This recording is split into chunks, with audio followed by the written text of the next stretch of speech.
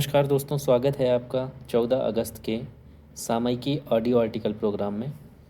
शुरुआत करते हैं पहली खबर से। तो पहली खबर है कि 14 अगस्त को पाकिस्तान मना रहा है अपना 75वां स्वतंत्रता दिवस। अगली खबर है उन्मुक्त चंद हैं, इन्होंने संन्यास की घोषणा की है। ये दिल्ली के बल्लेबाज हैं उन्मुक्त चंद, और इन्होंने 2012 में अंडर-19 विश्व कप विजेता कप्तान बनकर प्रमुखता हासिल की थी। तो इन्होंने हाल ही में भारत में क्रिकेट से संन्यास की घोषणा की है। चंद ने नाबाद 111 रन बनाए थे, जिससे ऑस्ट्रेलिया के टाउन्सविले में 2012 में अंडर-19 विश्व कप फाइनल में ऑस्ट्रेलिया पर जीत हासिल की थी भारतीय टीम ने। इन्होंने आईपीएल में मुंबई इंडियंस, दिल्ली कैपिटल्स और राजस्थान रॉयल्स टीम का भी प्रतिनिधित्व किया था।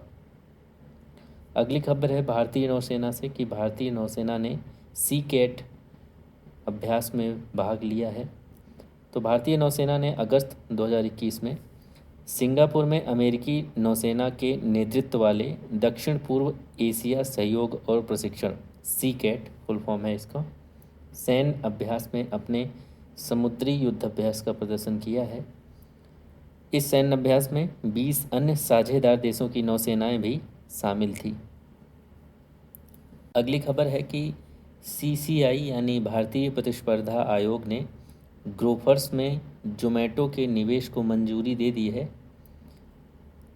ग्रोफर्स एक ऑनलाइन किराना प्लेटफॉर्म है और इसकी थोक इकाई हैंड्स ऑन ट्रेड्स में निवेश करने हेतु जोमेटो के अनुरोध को मंजूरी दे दी गई है। तो यह फर्मों में लगभग 9.3% की हिस्सेदारी का अधिग्रहण करेगा। एक और खबर है सीसीआई से जिसको मंजूरी मिली है, वह है कि ओला को टेमासेक द्वारा निवेश के लिए भी सीसीआई की मंजूरी मिल गई है। तो टेमासेक वारबर्ग पिंकस और इसके संस्थापक भाविश अग्रवाल द्वारा ओला के $500 मिलियन के निवेश को मंजूरी सीसीआई ने दी है। तो अगली खबर है दिल्ली नगर निगम से। तो उत्तरी दिल्ली नगर निगम यानी एनडीएमसी ने एक क्लीन सिटी नाम से ऐप शुरू किया है, और यह ऐप ऐसा है जो उस क्षेत्र में रहने वाले निवासियों को उस क्षेत्र से कचरा उठाने के संबंध में शिकायत दर्ज कराने में मदद करेगा। साथ ही नागरिक कचरा उठाने वाले वाहनों की जीपीएस लोकेशन भी इस ऐप के द्वारा देख सकते हैं तथा अपनी शिकायत भी दर्ज करा सकते हैं, और सेवाओं में सुधार के लिए अपने सुझाव और प्रतिक्रिया भी ऐप के द्वारा दे सकते हैं। तो अगली खबर है कि बीपीसीएल ने डीजल की डोर स्टेप डिलीवरी शुरू की है। बीपीसीएल यानी भारत पेट्रोलियम कॉरपोरेशन लिमिटेड, इसने बढ़ती मांग को पूरा करने के लिए डीजल की डोर टू डोर डिलीवरी शुरू की है। कंपनी पूर्वी क्षेत्र में विभिन्न स्थानों में 15 मोबाइल बोजर और 9 जेरी केन सुविधाओं के माध्यम से ईंधन की आपूर्ति करेगी। अगली खबर है कि त्रिपुरा पुलिस की रीता देवनाथ जी को सम्मानित किया गया है। तो रीता देवनाथ जी को वर्ष 2021 के लिए अन्वेषण में उत्कृष्टता के लिए केंद्रीय गृह मंत्री पदक से सम्मानित किया गया है। पुरस्कार विजेताओं की सूची की घोषणा गृह मंत्रालय द्वारा 12 अगस्त 2021 को की गई थी, और वर्ष 2021 के लिए पदक 28 महिला पुलिस अधिकारियों सहित पूरे देश के 152 पुलिसकर्मियों को प्रदान किया गया है। तो अगली खबर है असम से। तो असम विधानसभा ने हाल ही में मवेशी संरक्षण विधेयक 2021 को पारित कर दिया है। इस विधेयक का उद्देश्य है राज्य में मवेशियों के वध, उपभोग और परिवहन को विनियमित करना। यह गोमांस नहीं खाने वाले समुदायों और मंदिर या सत्र के 5 किलोमीटर के दायरे में आने वाले क्षेत्रों में गोमांस की बिक्री और खरीद पर प्रतिबंध लगाता है।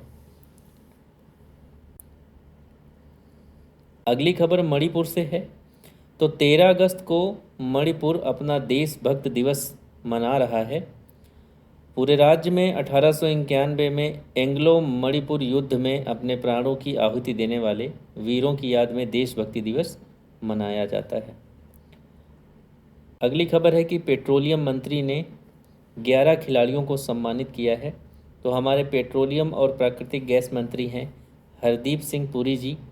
इन्होंने 13 अगस्त 2021 को उन 11 खिलाड़ियों को सम्मानित किया है जो टोक्यो ओलंपिक में कांस्य पदक जीतने वाली पुरुष हॉकी टीम का हिस्सा थे।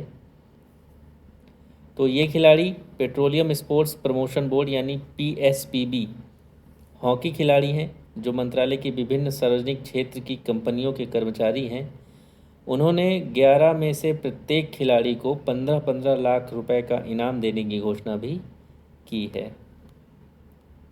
अगली खबर है कि भारत बायोटेक द्वारा विकसित पहले नेजल कोविड-19 वैक्सीन को दूसरे और तीसरे चरण के परीक्षणों के लिए नियामकीय मंजूरी मिल गई है और यह भारत में मानव नैदानिक परीक्षणों से गुजरने वाला अपनी तरह का पहला कोविड-19 जैब है। पहला चरण एक नैदानिक परीक्षण 18 से 60 वर्ष के आयु समूहों में पूरा किया जा चुका है तथा अध्ययनों में टीके को सुरक्षित, इम्यूनोजेनिक और सहनीय पाया गया है। तो नेजल का मतलब होता है ऐसी दवाई जो नाक के द्वारा दी जाती है। तो अगली खबर है कि रक्षा मंत्री राजनाथ सिंह ने 13 अगस्त 2021 को भारत की आज़ादी की 75वीं वर्षगांठ को आज़ादी का अमृत महोत्सव के रूप में मनाने के लिए एक प्रमुख कार्यक्रमों की एक श्रृंखला शुरू की है और आयोजनों में 75 स्थानों पर राष्ट्रीय ध्वज फहराना, 75 पर्वतीय पास पर सेना का अभियान आदि आदि शामिल हैं। और 1971 के युद्ध में भारत की जीत की स्मृति में एक पुस्तक डीड्स ऑफ गैलेंट्री का भी विमोचन इन्होंने किया है। अगली खबर है कि 14 अगस्त को मनाया जाता है विभाजन विभीषिका स्मृति दिवस, मनाया जाएगा, माफ़ कीजिएगा। तो प्रधानमंत्री हैं नरेंद्र मोदी जी, इन्होंने घोषणा की है कि 14 अगस्त को हम हमारे लोगों के संघर्ष और बलिदान को याद करने के लिए देश भर में विभाजन विभीषिका स्मृति दिवस के रूप में मनाएंगे। जो भारत के अंतिम वायसराय थे लॉर्ड माउंटबेटन, इनके द्वारा 3 जून 1947 को अंग्रेज़ों से देश की स्वतंत्रता पर जारी एक योजना के तहत यह घोषणा की गई थी कि भारत अपनी स्वतंत्रता के बाद 2 राष्ट्रों में विभाजित हो जाएगा। तो इसी दिवस को मोदी जी ने घोषित किया है कि हम विभाजन विभीषिका स्मृति दिवस के रूप में हर साल 14 अगस्त को मनाएंगे। अगली खबर है कि 13 अगस्त को मनाया जाता है विश्व अंगदान दिवस। तो अंगदान के महत्व के बारे में जागरूकता फैलाने के लिए हर वर्ष 13 अगस्त को विश्व अंगदान दिवस मनाया जाता है। पहला सफल जीवित दाता अंग प्रत्यारोपण जो है 1954 में संयुक्त राज्य अमेरिका में किया गया था। भारत का अपना अंगदान दिवस है जो हर वर्ष 27 नवंबर को मनाया जाता है। अगली खबर है मुद्रास्फीति को लेकर। तो जुलाई में जो मुद्रास्फीति है कम होकर 5.59% पर आ गई है। अगली खबर है कि RBI ने महाराष्ट्र स्थित बैंक का लाइसेंस रद्द कर दिया है। तो इसके पीछे RBI ने बताया है कि बैंक ने पर्याप्त पूंजी नहीं होना और अपने वर्तमान जमाकर्ताओं को पूरा भुगतान करने में यह बैंक असमर्थ रहा है। तो ये बैंक हैं करनाला नगरी सहकारी बैंक जो कि पनवेल में था और इसका लाइसेंस RBI ने रद्द कर दिया है। और बैंक ने 13 अगस्त 2021 को कारोबार की समाप्ति से बैंकिंग कारोबार करना औपचारिक रूप से बंद कर दिया। और खबर है 95% जो जमा करता हैं उनको बीमा और क्रेडिट गारंटी निगम यानी DICGC से अपनी पूरी राशि मिलेगी। अगली खबर है न्यूज़ ब्रॉडकास्टर एसोसिएशन के नए बदले हुए नाम के बारे में। तो न्यूज़ ब्रॉडकास्टर एसोसिएशन NBA ने अपना नाम बदलकर news broadcaster and digital association यानी NBDA करने का निर्णय लिया है। तो जो न्यूज़ ब्रॉडकास्टर है ये एसोसिएशन भारत में विभिन्न करंट अफेयर्स और न्यूज़ टेलीविज़न ब्रॉडकास्टरों का एक निजी संघ है। इसकी स्थापना 3 जुलाई 2007 को प्रमुख भारतीय समाचार प्रसारकों द्वारा की गई थी। रजत शर्मा इसके वर्तमान अध्यक्ष हैं। अगली खबर है कि इफ़को ने IIT दिल्ली के साथ हाथ मिलाया है इफ़को यानी Indian farmers fertiliser cooperative limited.